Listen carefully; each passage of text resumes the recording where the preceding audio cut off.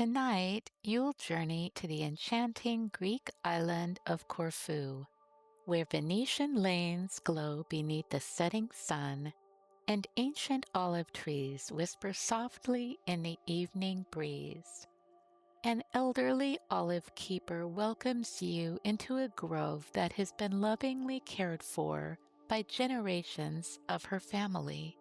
Together, you'll stroll peaceful stone paths, light tiny lanterns beneath silvery branches, share a simple meal overlooking the Ionian Sea, and settle into a cozy cottage where the only sounds are gentle waves and rustling leaves. In this cozy sleep story, you will discover that peace isn't something to be found. It's something slowly grown, one quiet moment at a time. You are listening to A Cozy Night in Corfu. Welcome to the Whispering Willow. I'm Diana, and tonight we leap behind busy schedules, glowing screens, unfinished thoughts, and everything that has asked for your attention today. For thousands of years, the Greek island of Corfu has welcomed travelers across the sparkling waters of the Ionian Sea. Resting just off Greece's northwestern coast, the island is a place of graceful villas, ancient olive groves, quiet monasteries, and villages nestled among green hills. Tonight, you are invited to wander its peaceful coastal paths and moonlit streets, following the gentle rhythm of the sea. For a little while, you can simply be here. As you settle into a comfortable position, allow your body to be fully supported by the surface beneath you. Let your pillow cradle your head. Feel your blankets resting lightly around you. And if your eyes have not already closed, you may allow them to do so now, if that feels nice to you. Take one slow, comfortable breath in and breathe it all out. There is no special way you must breathe tonight. No need to count or to try. Simply allow your breathing to find its own peaceful rhythm. With every exhale, allow whatever you carried into this evening to loosen a little. Perhaps it's tension, perhaps responsibility, perhaps it is simply the feeling of having done enough for one day. Your forehead softens. The muscles around your eyes relax. Your jaw releases. Your shoulders become pleasantly heavy. And little by little, the rest of your body follows. On your next inhale, imagine a warm evening breeze drifting toward you. It carries the scent of salt from a distant sea, lemon blossoms, wild herbs warmed beneath the afternoon sun, and lavender stirred by the wind. Somewhere beyond that breeze lies a Greek island where evening is just beginning.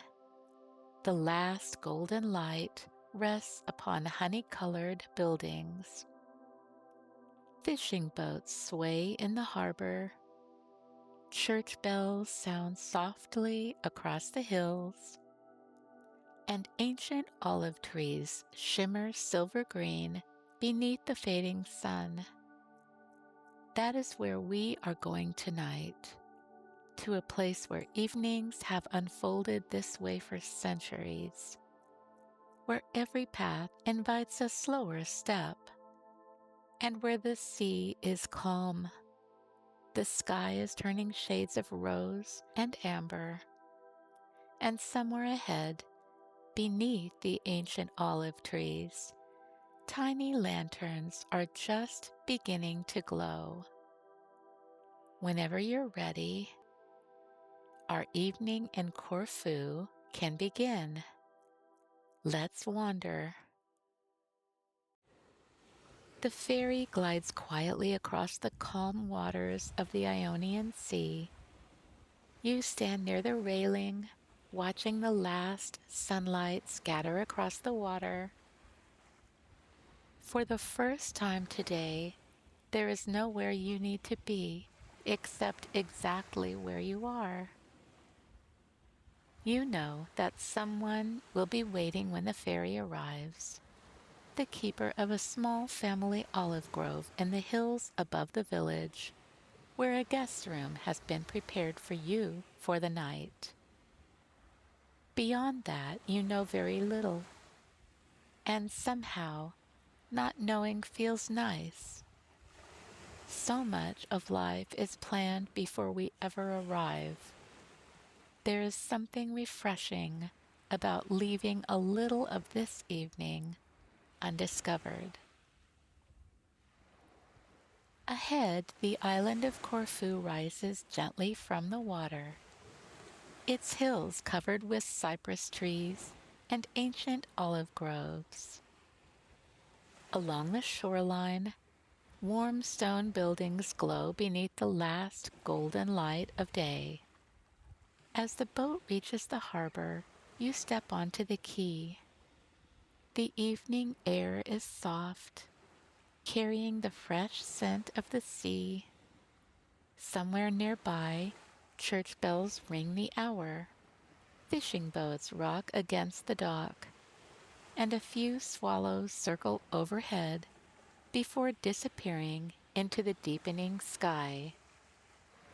Already the pace here feels different. Fishing boats rock against the dock, and a few swallows circle overhead before disappearing into the deepening sky. Already the pace here feels different, slower than where you came from. People stroll through the narrow streets, pausing to greet neighbors or admire the last colors of sunset. It feels as though the island itself has chosen a slower rhythm. Near the edge of the harbor, you notice a woman with kind eyes and silver hair gathered beneath a wide straw hat. When she sees you, her face brightens with recognition. "You must be my guest," she says, smiling as she approaches. "I'm Marina. Welcome to Corfu." She gestures toward the winding streets that climb away from the harbor. "I thought," she says with a smile, "that before the stars appear, you might enjoy seeing one of my favorite places." Together, you begin walking through the quiet evening streets. Window boxes overflow with colorful flowers. Stone archways hold the fading sunlight. The scent of jasmine drifts on the evening breeze. As you leave the village behind, the sounds of the harbor gently fade, and the path begins to climb into the hills. Ahead, ancient olive trees stretch across the hillside, their silvery leaves shimmering beneath the first light of evening. Marina slows as you reach the grove. "My family has cared for these trees for generations," she says. Her hand rests for a moment against the weathered trunk of the nearest tree. "My parents tended them before me, just as their parents did before them. They have taught us many things." She lets her hand fall from the old trunk and continues along the path. You walk beside her at an easy pace because you know there is nowhere to hurry. The evening is only just beginning. For a few quiet moments, the two of you simply walk together. Your footsteps settle into an easy rhythm upon the worn stone path, polished smooth by generations who have wandered this same hillside before you.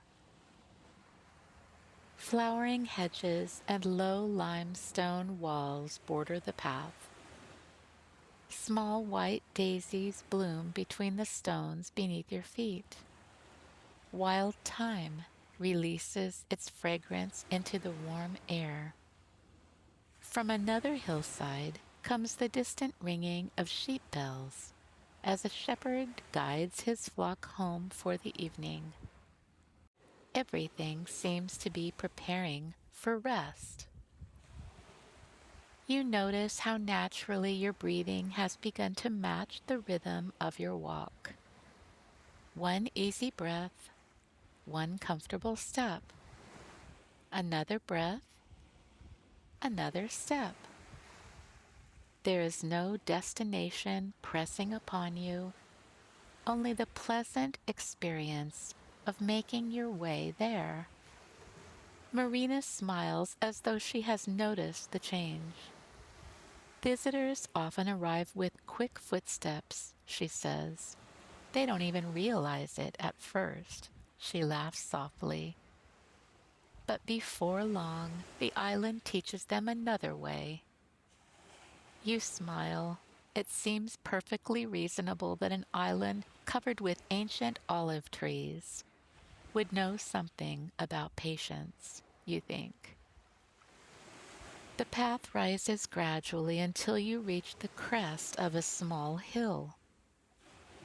Before you, the Ionian Sea stretches toward the horizon like polished blue glass.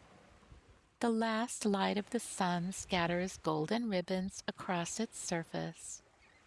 Far below, fishing boats drift toward the harbor, their white sails glowing briefly before becoming silhouettes against the sea. The two of you stand together without speaking. There is nothing to add to the beautiful view that lies before you. Marina simply allows you to take it in. After a while, she turns toward the hills, and you continue walking with her. Soon the olive trees surround you. Their trunks are broad and beautifully twisted, their bark folding and curving upon itself in patterns shaped by centuries of wind, rain, sunshine, and changing seasons. Some seem almost sculpted. Others lean toward another as though sharing old conversations carried on for hundreds of years. And whenever the breeze passes through, their leaves shimmer silver. One moment soft green, the next almost luminous.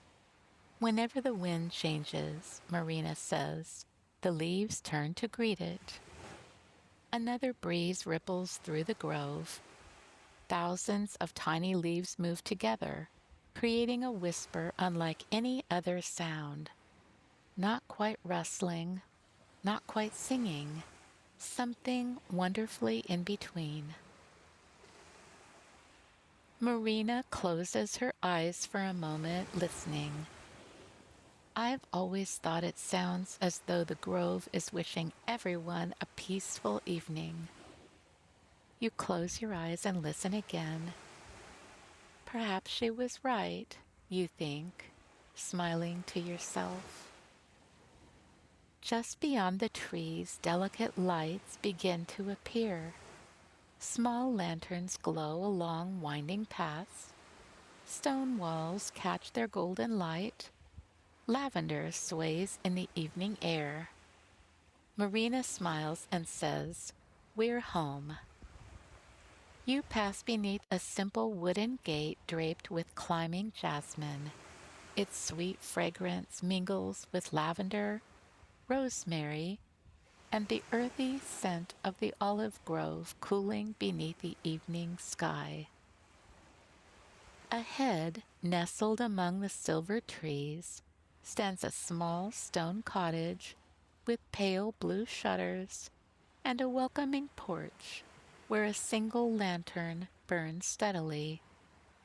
It seems less like a house waiting to be discovered and more like a place that has been patiently expecting your arrival all along. Marina leaves the wooden gate open behind you. The grove always welcomes the evening, she says. There's no need to close it until the stars have settled overhead. You step onto a winding limestone path bordered by lavender and rosemary. The air is cooler here beneath the olive trees, their broad branches filtering the last golden light into shifting patterns across the ground. The cottage rests at the center of the grove.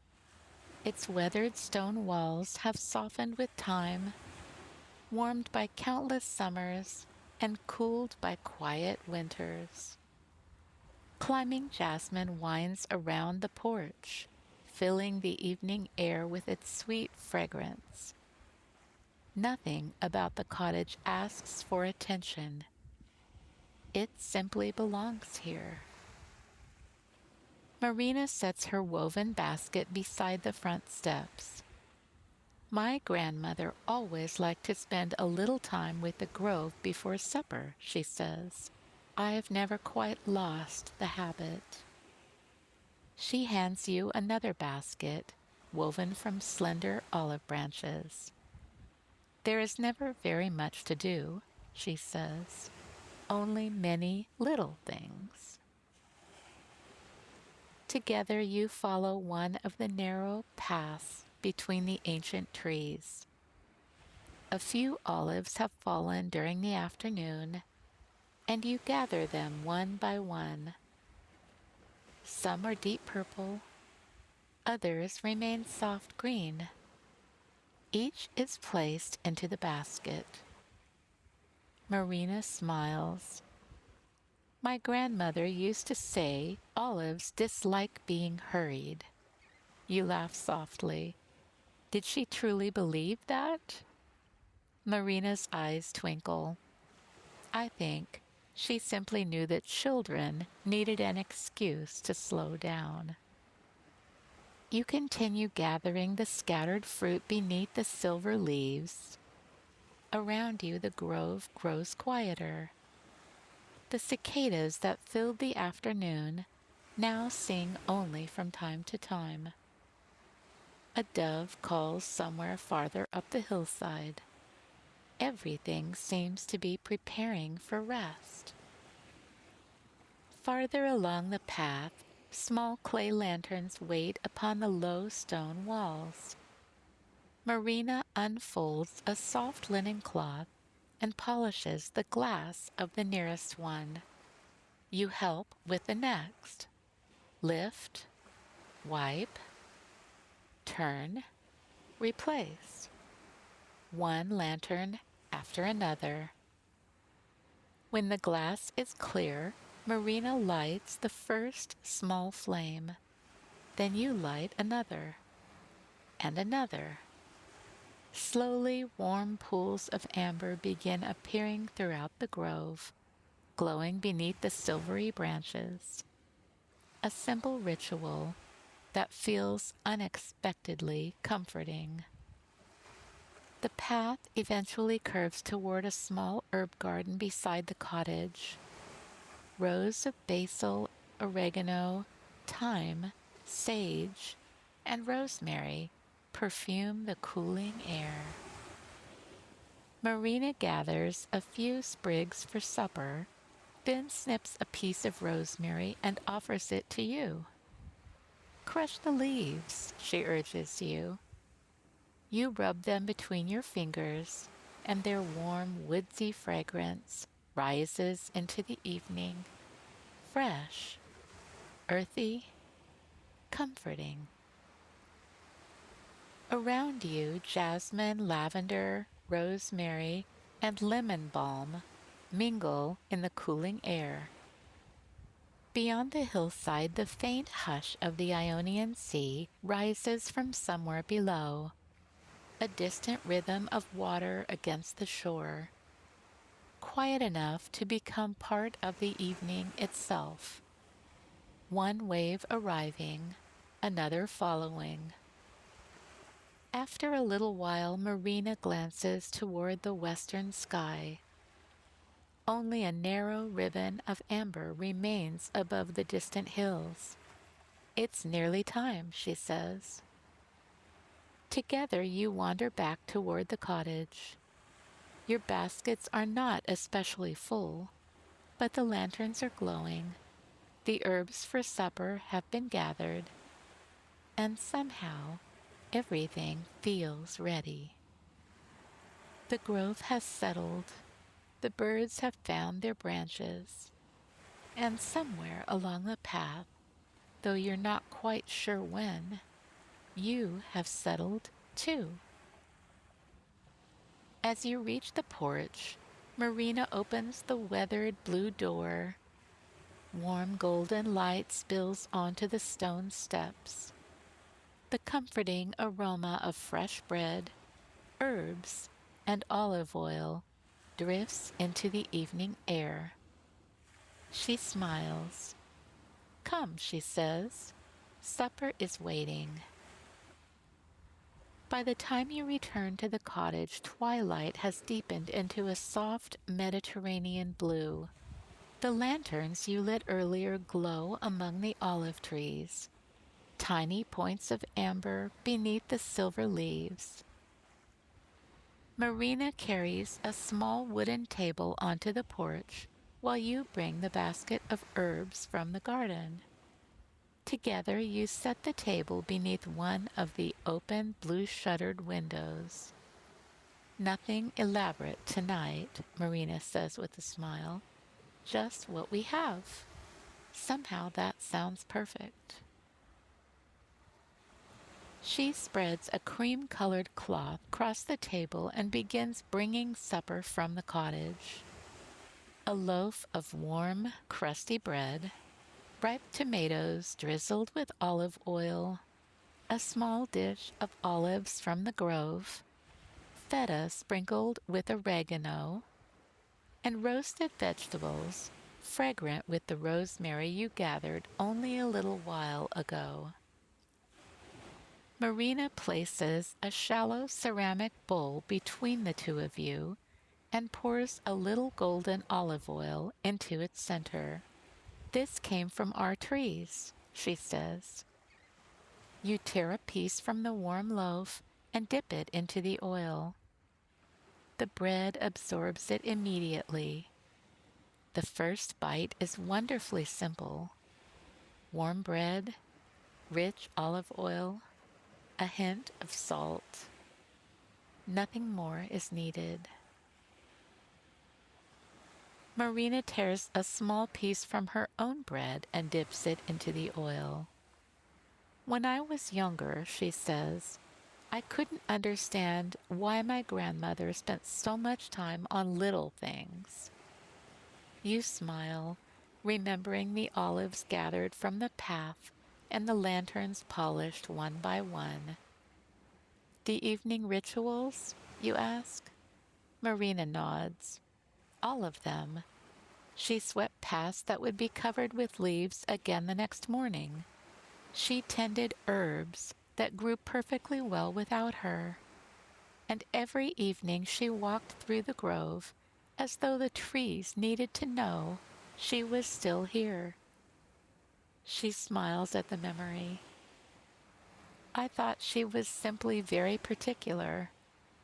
You laugh and Marina does too. "When did you understand?" you ask. She considers this. "I'm not sure there was one moment. I think I understood it the same way she lived it, little by little." Marina glances toward the lanterns glowing among the trees. She wasn't only caring for the grove. All those things were how she cared for herself, too.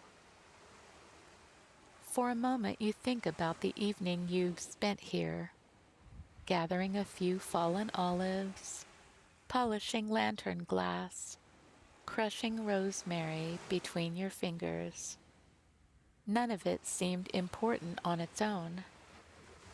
And yet, somewhere along the way, the day you carried with you began to feel farther away.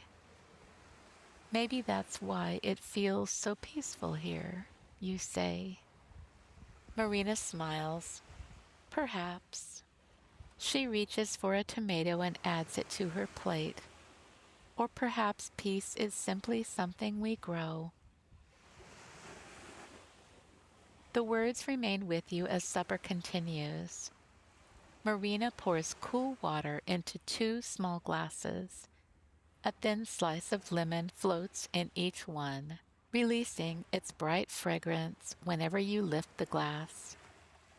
You taste the tomatoes, sweet from the summer sun, and the creamy feta scattered with oregano.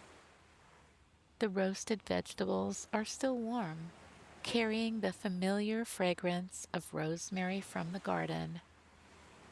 It occurs to you how perfectly the simple foods seem to belong to this place.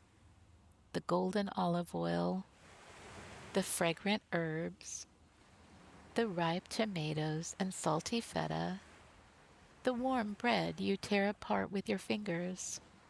None of it is extravagant, just good food shared beneath the olive trees. Above the grove, the first stars begin to appear in the sky, one, then another, until tiny points of light are scattered across the deep blue evening. Marina leans back in her chair and looks out over the trees. For a while, neither of you says anything. There is bread left in the basket, a little olive oil in the bowl, the scent of rosemary still clinging faintly to your fingertips. And you realize you are completely content to remain exactly where you are. Eventually, Marina rises and gathers the empty dishes. You reach for your plate, but she shakes her head with a smile.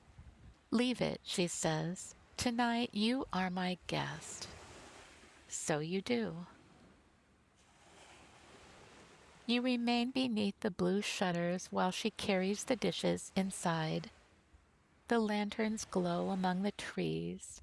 The last birds have become quiet, and above you, the Corfu night has opened into a wide, star-filled sky, and you settle into the lingering warmth of supper, the fragrance of herbs and jasmine, and an evening that still has nowhere it needs to go.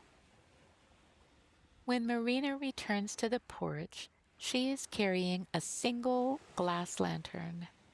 Its slender brass frame has been worn smooth by many years of use, and its polished glass catches the warm light from the cottage window. She offers it to you. "My father carried this lantern," she says. "I've never found one I liked better." You turn it carefully in your hands. It feels surprisingly light. Not delicate, simply well made. The sort of object created to serve faithfully for many years.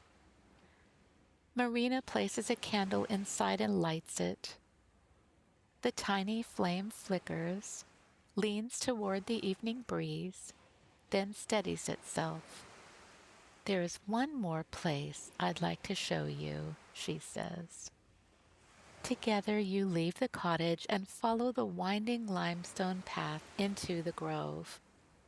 The lanterns you lit earlier are still glowing among the stone walls, casting pools of amber beneath the olive trees. Beyond them, the grove has become silver and blue beneath the rising moon. The path grows narrower as you walk among the oldest trees. Their great trunks twist and curve through the darkness, rising into a silver canopy overhead. At last, Marina stops. Before you stands an olive tree larger and older than any you have seen tonight. Its broad trunk rises from the earth in graceful folds, shaped by centuries of wind, rain, and sunshine. Marina takes the lantern from your hands and hangs it from a small hook nestled against the weathered bark. Its warm glow settles over the ancient trunk. For a moment she simply looks at it. Then she smiles. My family has always left one light here. For whom, you ask? Marina's expression softens. For anyone who needs to know they are welcome. You look at the little lantern again, one small light beneath an enormous tree. This cannot illuminate the whole grove, you say. It doesn't need to, Marina replies. It simply waits here, night after night, offering enough light for someone to find their way. You think of Marina's grandmother tending the grove in all those small ways, of her father carrying this very lantern, of the bread and olive oil you shared beneath the blue shutters, and Marina refusing to let you carry your plate inside because tonight you are her guest. Perhaps that is how care often arrives, not as something grand, but as a collection of small kindnesses, a meal prepared, a path tended, a lantern left burning, a place made ready for someone who might need it. The breeze moves through the branches above you. Silver leaves shimmer in the moonlight. Marina looks toward the lantern once more. It will stay here until morning, she says, and somehow you like knowing that.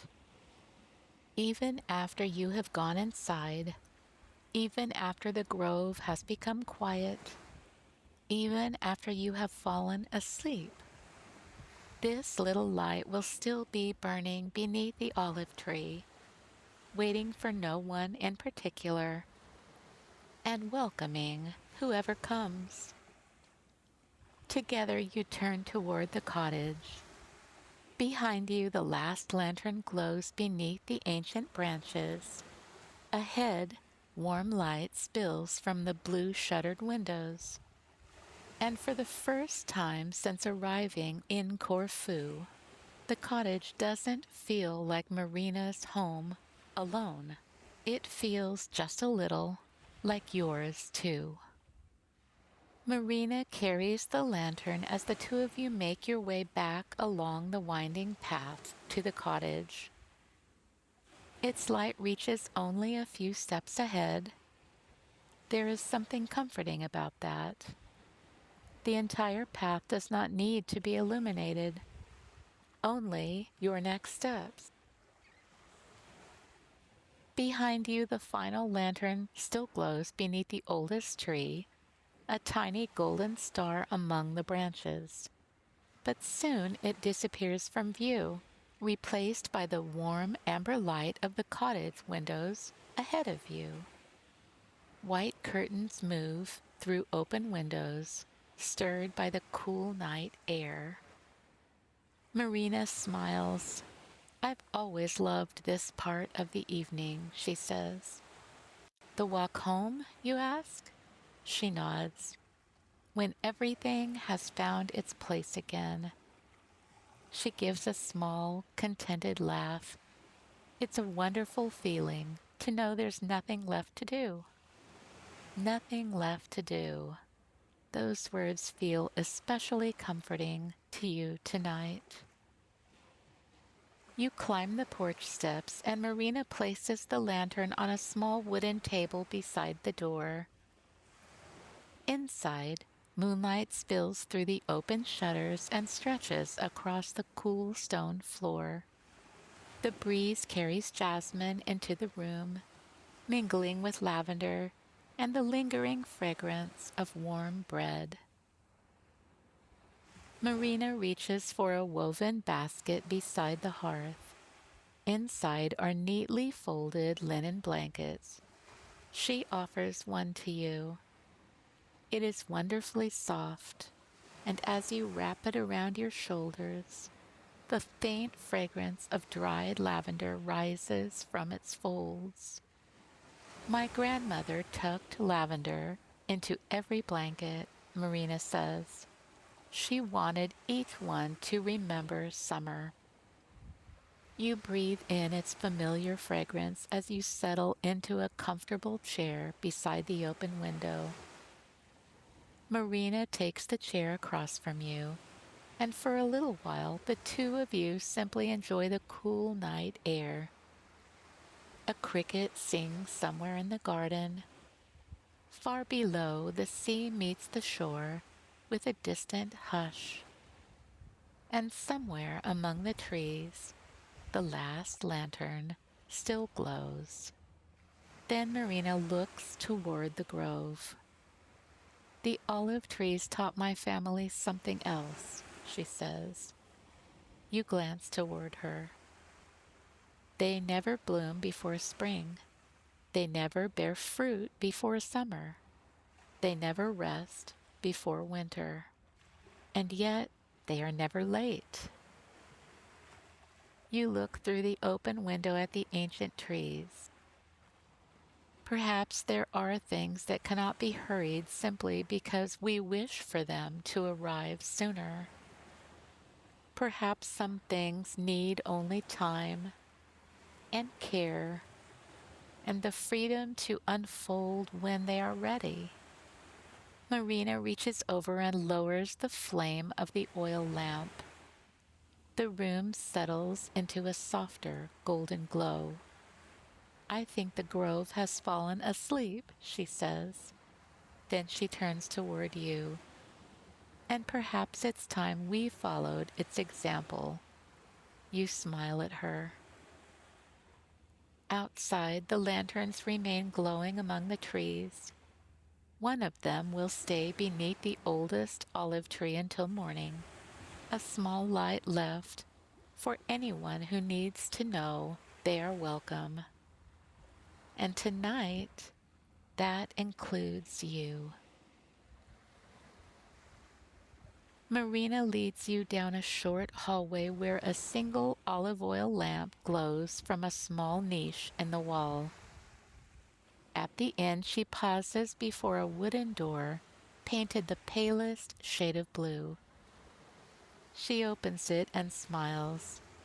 This room has always welcomed visitors. You step inside.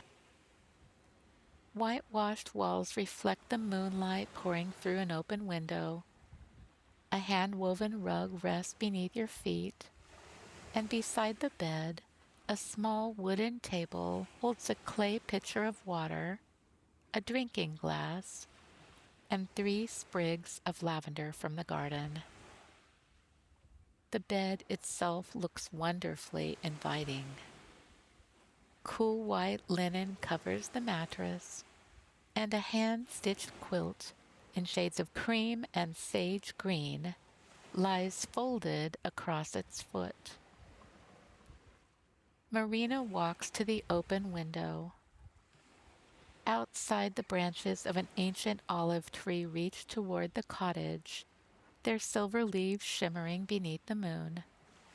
The cool night air carries the familiar fragrances of the grove: lavender, jasmine, rosemary, and beneath all, the faint salt of the distant sea. The white curtains lift with the breeze, then settle again. Marina lowers the wick of the lamp. The room softens until moonlight becomes its brightest light, spilling across the quilt and cool stone floor. There, she says. You look around the quiet room. Nothing here asks anything of you. Marina folds back the quilt. In the morning, she says the olive trees will still be here.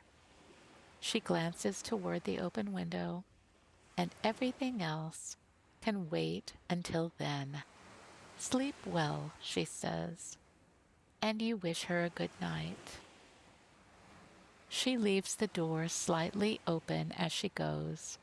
Her footsteps fade along the hallway, and soon you are alone with the peaceful sounds of the night. You prepare for sleep and then sit on the edge of the bed. The mattress settles beneath you. The linen sheets feel cool and soft as you lie back and draw the quilt over yourself. A cricket sings somewhere in the garden. Far below, the sea meets the shore with a distant hush. And somewhere among the trees, you know the last lantern is still glowing. A small light left burning through the night for any visitor who needs it. Tonight, that is you. The room grows quieter. Moonlight rests across the quilt. The curtains rise with the evening breeze, then slowly settle again. Outside, the olive leaves turn silver in the moonlight. They whisper for a moment, then become still. You no longer need to follow the sounds. You can simply rest. The lavender-scented quilt is warm around you. The night air is cool against your skin. And somewhere beyond the open window, the sea continues its quiet rhythm. You have nowhere else to go tonight. Nothing left to finish. Nothing you need to understand. All that remains is rest. Your breathing slows. Your thoughts soften until even the little cottage begins to drift away. The grove will keep its lanterns. The olive trees will keep their quiet watch. And Corfu will still be here in the morning. For now, you can sleep. May the gentle rhythm of Corfu remain with you throughout the night. May the whisper of the olive trees bring you comfort. May the steady breathing of the sea remind you that there is no need to hurry. And may you awaken tomorrow feeling rested, renewed, and at peace. Sleep well, dear friend. Good night.